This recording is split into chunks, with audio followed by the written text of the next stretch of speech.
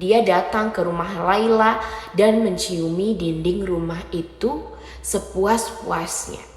Semua orang yang melihat Majnun pun sontak mengejek. Lihatlah si Kois, dia benar-benar sudah Majnun atau gila. Disangka Laila merampas piring dari tangan Majnun lalu dibantingnya piring itu hingga pecah berkeping-keping.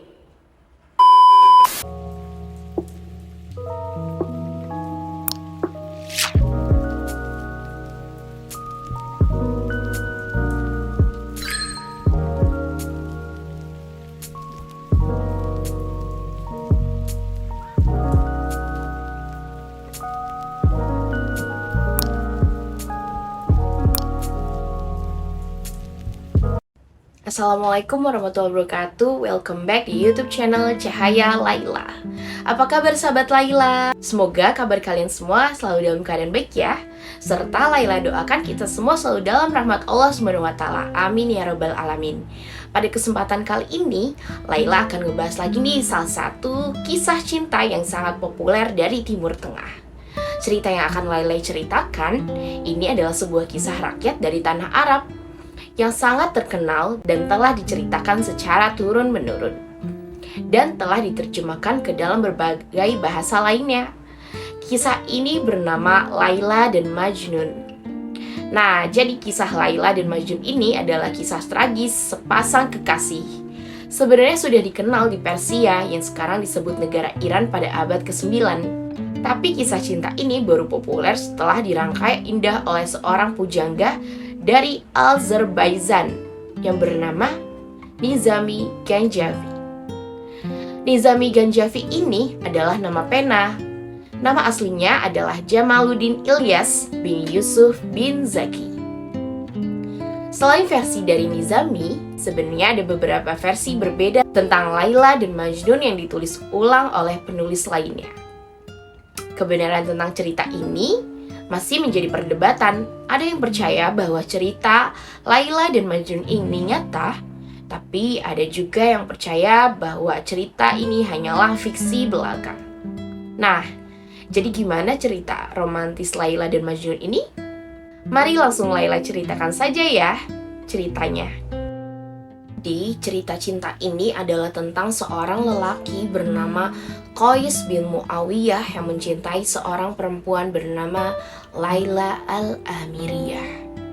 Qais ini dikenal sebagai pemuda yang tampan, pintar, terpandang di sukunya dan juga digadang-gadangkan akan menjadi penerus kepala suku nantinya.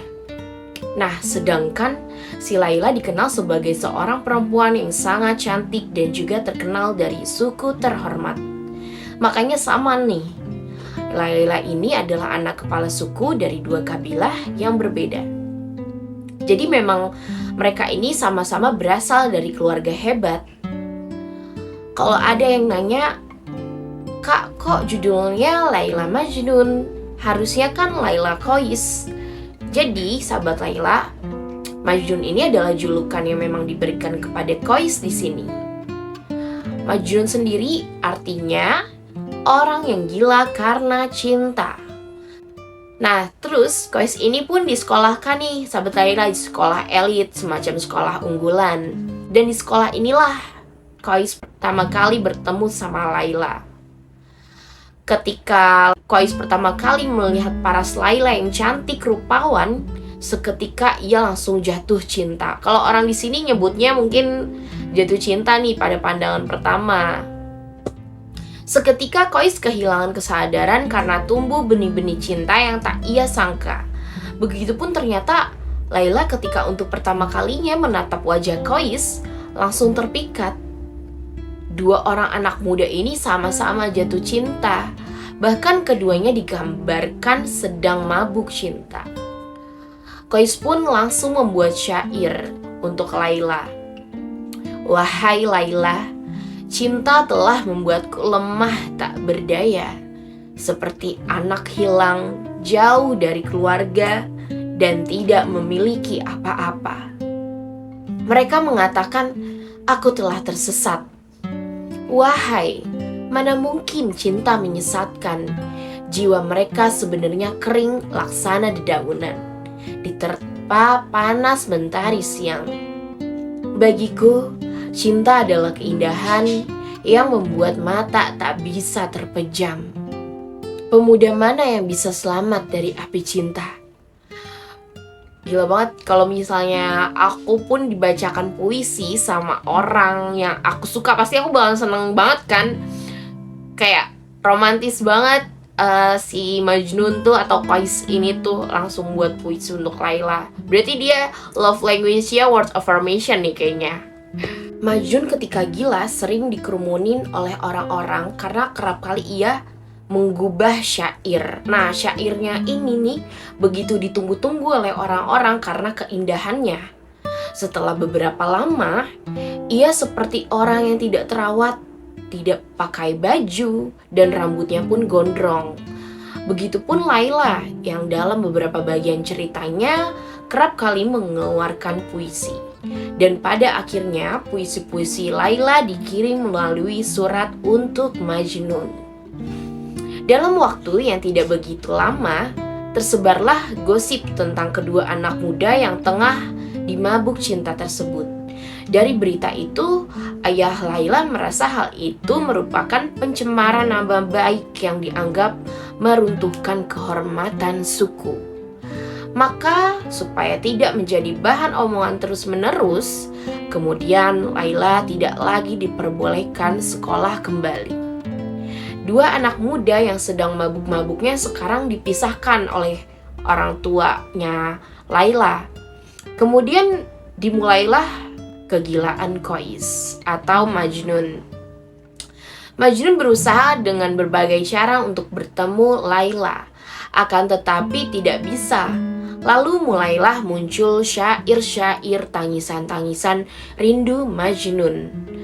Kemana-mana hanya menyebut nama Laila, Laila, Laila, dan Laila.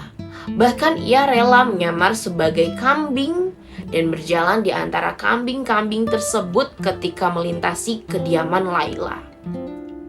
Dalam riwayat lain, Majnun rela menyamar sebagai pengemis yang hina ke desa Laila dan menyamar sebagai pembantu perempuan yang tak lain supaya kembali bisa menatap kekasihnya itu.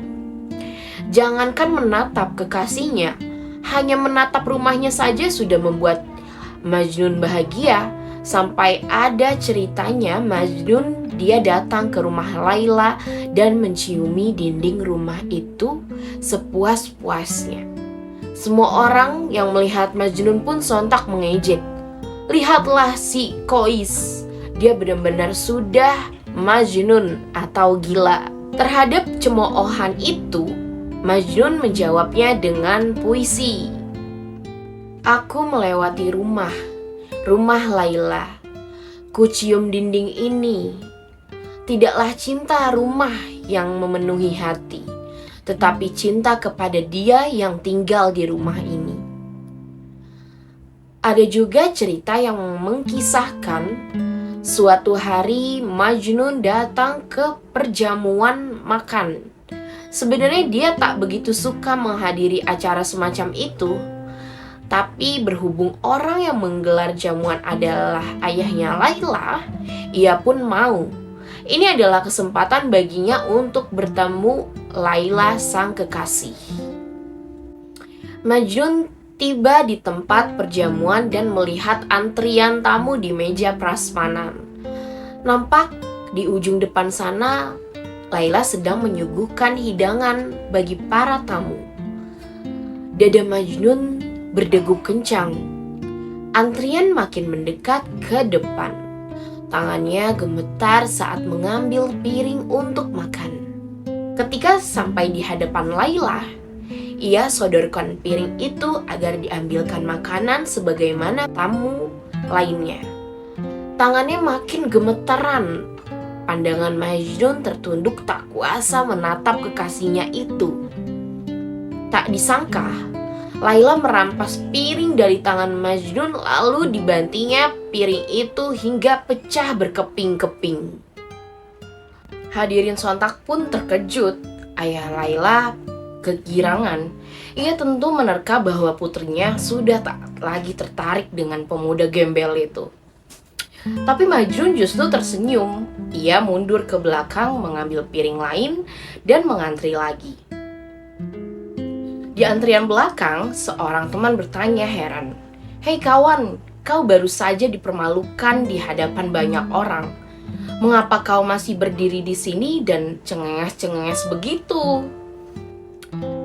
Kemudian Majnun pun menjawab, "Dipermalukan bagaimana maksudmu?"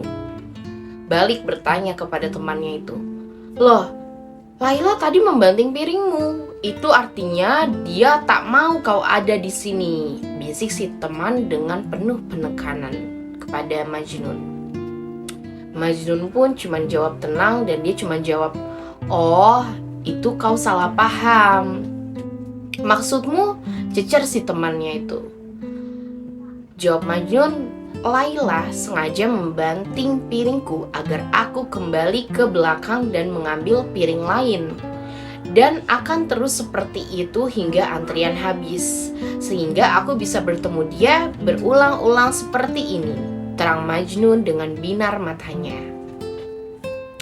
Ada juga cerita unik lain pada saat Majnun sakit. Setelah perpisahan yang lama dengan Laila, Majnun pun jatuh sakit. Badannya semakin melemah, sementara suhu badan semakin tinggi. Para tabib pun menyarankan Majnun dibedah.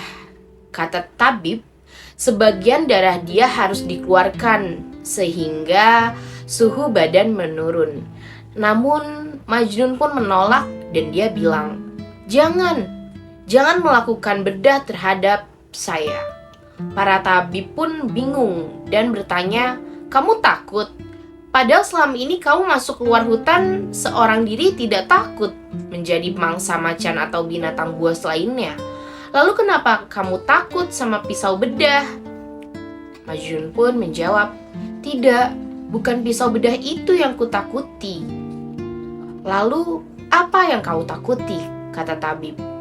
Majnun pun menjawab, "Jangan-jangan pisau bedah itu menyakiti Laila." Tabib pun bertanya lagi dengan penuh heran, "Menyakiti Laila? Mana bisa, yang dibedahkan badanmu."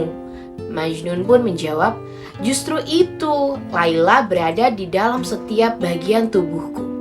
Mereka yang berjiwa cerah tak akan melihat perbedaan antara aku dan Laila." Masya Allah banget ya, kayak romantis banget Majnun ini tuh. Kemudian melihat anaknya yang menjadi gila dan sakit-sakitan, sang ayah pun tidak tega dan berkata pada Majnun untuk melamarkan Laila untuknya. Majnun pun sangat senang mendengarnya. Majnun bersama sang ayah memutuskan untuk datang menemui orang tua Laila seraya melamar Laila.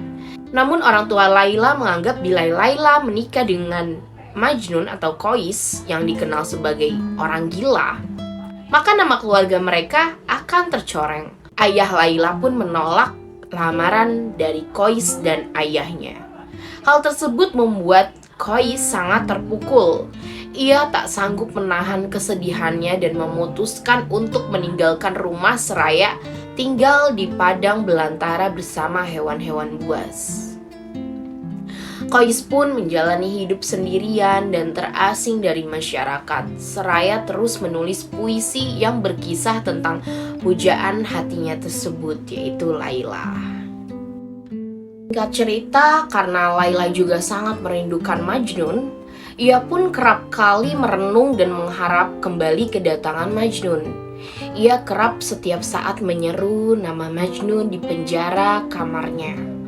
Begitupun di taman kediamannya, hanya Majnun yang tertulis dalam lubuk hatinya.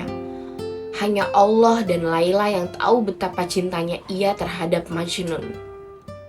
Namun, apalah daya, sang ayah tidak tega melihatnya dan ia pun dinikahkan dengan Ibnu Salam yang merupakan seorang bangsawan.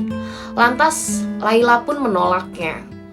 Akan tetapi penolakannya tidak digubris oleh pihak keluarganya dan pernikahannya pun berlangsung.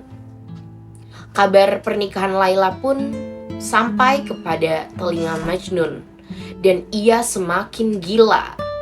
menangis, meratap berhari-hari dan memilih menyendiri di dalam gubuk kecilnya di atas bukit. Setelah bertahun-tahun menyendiri dan hidup bersama binatang buas, akhirnya Majnun pun rela melepas Laila dan menemukan kedamaian. Sejak pernikahannya dengan Ibnu Salam, Laila sama sekali belum pernah berhubungan suami istri dengan suaminya itu. Ia masih tetap mengharap kehadiran Majnun di sisinya.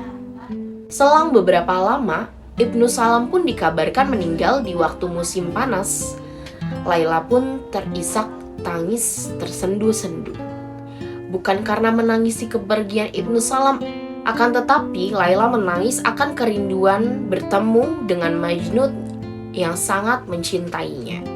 Tak lama kemudian ketika Laila kembali ke rumah ayahnya, ia dikabarkan jatuh sakit, batuk parah dan tidak memikirkan kesehatannya. Ia hanya memikirkan Majnun setiap saat. Bahkan ketika maut menjemput pun ia tetap memikirkan Majnun.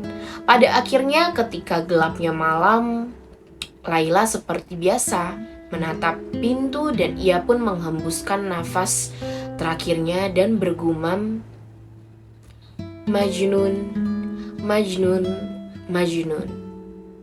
Kematian gadis si cantik jelita tersebut tersebar ke seluruh penjuru negeri dan sampai pula kepada Majnun. Majnun pun seketika pingsan di tengah padang gurun. Ketika kembali sadar, ia pun langsung bergegas menuju desa Laila dan berkunjung ke makam Laila. Ketika tidak sanggup jalan, ia pun menyeret tubuhnya untuk sampai ke makam Laila. Ia pun meletakkan tubuhnya di atas makam Laila dan diriwayatkan setelah beberapa hari, Majnun pun turut meninggal. Jasad Majnun pun baru ditemukan 1 tahun setelahnya. Di akhir kisahnya, ada seorang sufi dalam mimpinya melihat Majnun tengah dibelai dengan penuh rasa cinta dan sayang oleh Allah SWT. Ia pun mendudukkan Majnun di sampingnya. Kemudian berkatalah Allah SWT kepada Majnun, apakah engkau tidak malu, wahai Qais, memanggil-manggil namaku dengan sebutan Laila setelah kau meminum anggur cintaku? Masya Allah, merinding banget ya. Tak begitu lama sang sufi pun terbangun dan berangan-angan. Jikalau Majnun begitu diperlakukan demikian atau penuh kasih sayang oleh Allah SWT, lantas bagaimana dengan Laila?